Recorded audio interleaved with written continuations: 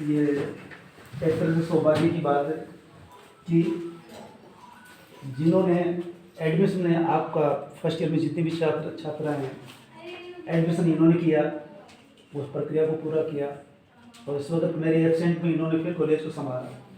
इस तरह से कार्यवाह का काम किया रही आज मौजूद है यहाँ आपके लिए।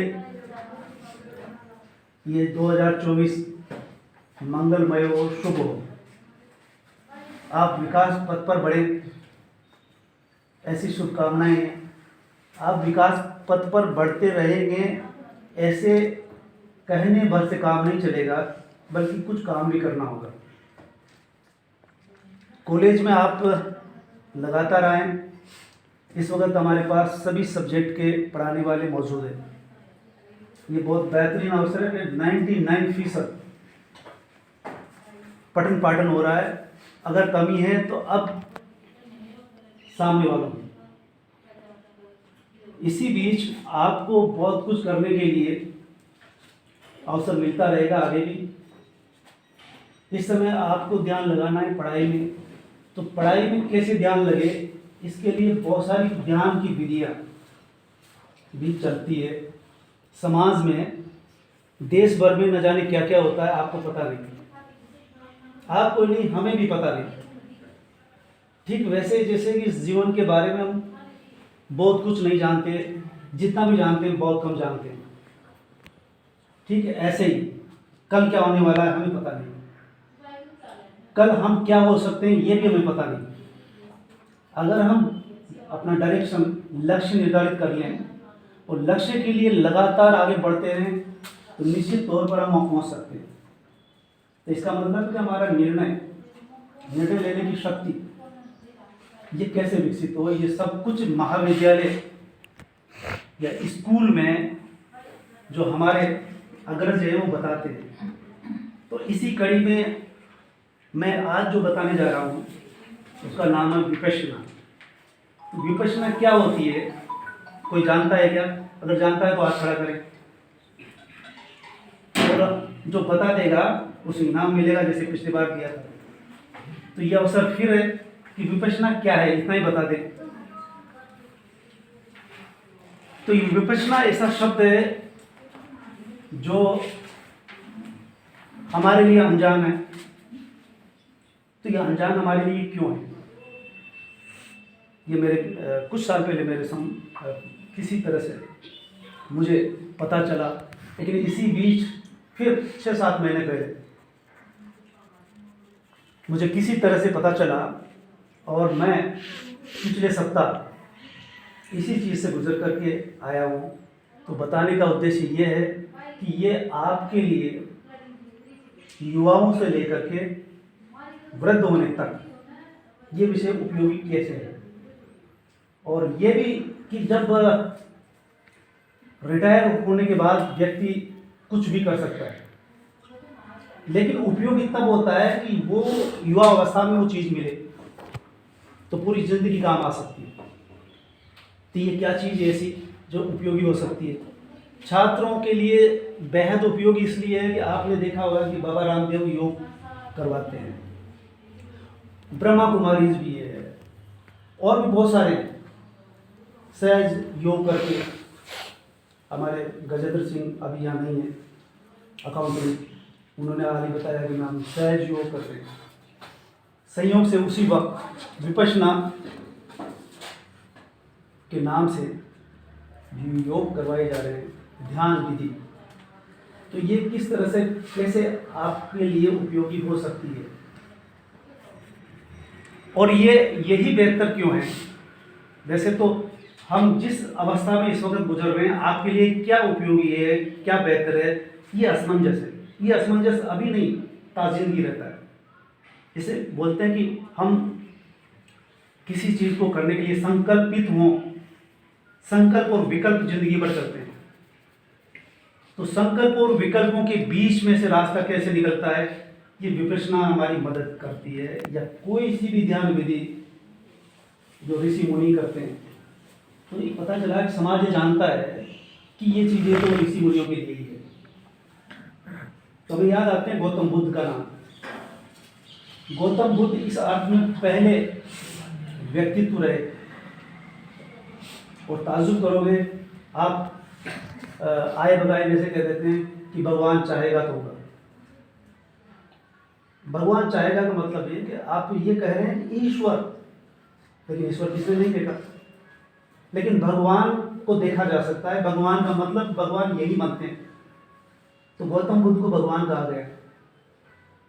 वो भगवान किस अर्थ में हुए? भगवान का अर्थ देख लीजिए। भगवान भग्न कर दिया किनको? विकारों को। यानी हम विजेता तब होते हैं जब दुश्मनों पर जीत हासिल कर लेते हैं। तो मन के विकारों को जो भग्न कर लेता है वो भगवान हो जाता है। तो इस अर्थ में आपको इतना तो पता ही होगा कि बुद्ध ने वर्षों तपस्या की।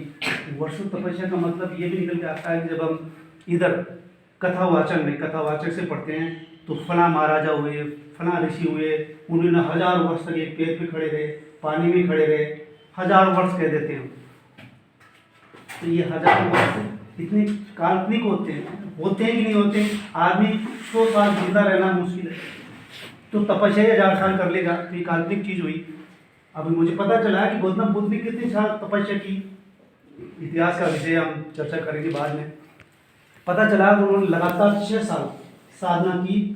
6 साल में वो इस भगवत्ता को प्राप्त कर गए। और उन्होंने जो साधना की, पता चला कि अशोक सम्राट उसमें दीक्षित हुए। उन्होंने अपने बेटे बेटियों को इसी काम में लगा दिया और यही काम करते रहे। क्या काम करते रहे? बौद्ध धर्म। अब धर्म की जब बात आती है तो पता चला कि इस विपश्यना में यही बताया जाता है कि इसमें कोई धर्म नहीं, धर्म ही होता है। उसमें हिंदू, मुस्लिम, सिख ये धर्म नहीं होता, इसको संप्रदाय बोलते हैं। आप भी गौर करें इस बात को कि जब हम बात करते हैं अक्सर कहते हैं आपका धर्म क्या है, तो आप तुरंत कहते हैं हिंदू धर्म। हिंदू संप्रदाय से हुआ, आपका कोई धर्म नहीं। धर्म का पता ही नहीं है। धर्म का मतलब होता है अगर जो धारण करेगा तो धर्म कहलाएगा। तो पता ही नहीं है धर्म क्या है, तो धर्म का पता नहीं है, आपने धारण ही नहीं किया। धारण कब करेंगे जब आपको पता चलेगा। तो शील सदाचार का पालन करोगे, प्रज्ञा तक जाओगे, तो ये गौतम बुद्ध की प्रक्रियाओं से गुजर करके पहुंचते हैं। तो गौतम बुद्ध ने ये साधना करके ये प्राप्त की विपश्यना। और वो जो साधक थे 1500 उस दौर में, जो उनसे शिक्षित दीक्षित हुए, उन्होंने ये सिखाई उस दौर में। फिर आपको ये इतिहास का चैप्टर है कि 500 साल बाद किस तरह से बुद्ध धर्मावलंबियों को नष्ट किया जाता है, बुद्ध साधकों को हत्या की जाती है और लगभग भारत से खदेड़ दिया जाता है, खत्म कर दिया जाता है। ये इतिहास का विषय है। ऐसा दौर इस वक्त के बारे में नहीं कह सकते। महात्मा बुद्ध की खासियत थी कि वो शांति की बात करते थे। युद्ध होगा ही नहीं, युद्ध की जरूरत नहीं है, बुद्ध की जरूरत है। युद्ध बनाम बुद्ध, यानी बुद्ध की ओर जाओगे तो युद्ध नहीं होगा। इसलिए ये एक चैप्टर ही चलता है। अभी एक लेख इस संदर्भ में बहुत चर्चित हुआ था, जिसमें बताया गया कि हम वर्षों तक गुलामी में क्यों रहे, क्योंकि बुद्ध ने हमें शांति का जो पाठ पढ़ाया और अशोक ने हथियार छोड़ दिए। अशोक ने अंतिम लड़ाई लड़ी कलिंग की और जीत गए, लेकिन एक तरह से मनुष्यता को खत्म करके वो हार गए। लेकिन वो बुद्ध धर्म ग्रहण करते हैं और शांति का पाठ पढ़ाने लगे, बुद्ध धर्म का प्रचार करते रहे। इस अर्थ में वर्षों तक उस शांति का यह असर हुआ कि हम सैनिक शासन की तरफ, सैनिक व्यवस्था की तरफ देख नहीं सके। तो ऐसे लोग सोचते हैं, लेकिन शांति की जरूरत आज हमें है कि नहीं? यूक्रेन बनाम रूस जो चल रहा है, इजराइल और गाजा पट्टी चल रही है, इसमें क्या हो रहा है? तो इस तरह से हम सोचेंगे तो पता चलाएगा कि शांति की जरूरत हमें आज भी है। और ये साधना जिसे विपश्यना कहते हैं, ये ऐसा नहीं कि ऋषि मुनि करेंगे। यानी गौतम बुद्ध के दौर में हर व्यक्ति के लिए ज़रूरत थी ये, और बुद्ध ने इसको सबके लिए सहज किया था। ग्रस्त इसको कर सकते हैं। राजा महाराजा तक भी उनके शिष्य बन रहे थे। तो ये जो विपश्यना केंद्र जगह जगह बन रहे हैं, जगह जगह मतलब हम सबको पता नहीं कि कहाँ बन रहे हैं।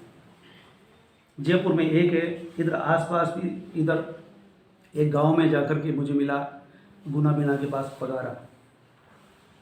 तो पता चला कि पगारा में ये सेंटर चल रहा है 2012 से। उसमें 50 लोग मौजूद थे इस वक्त, उसमें 20-22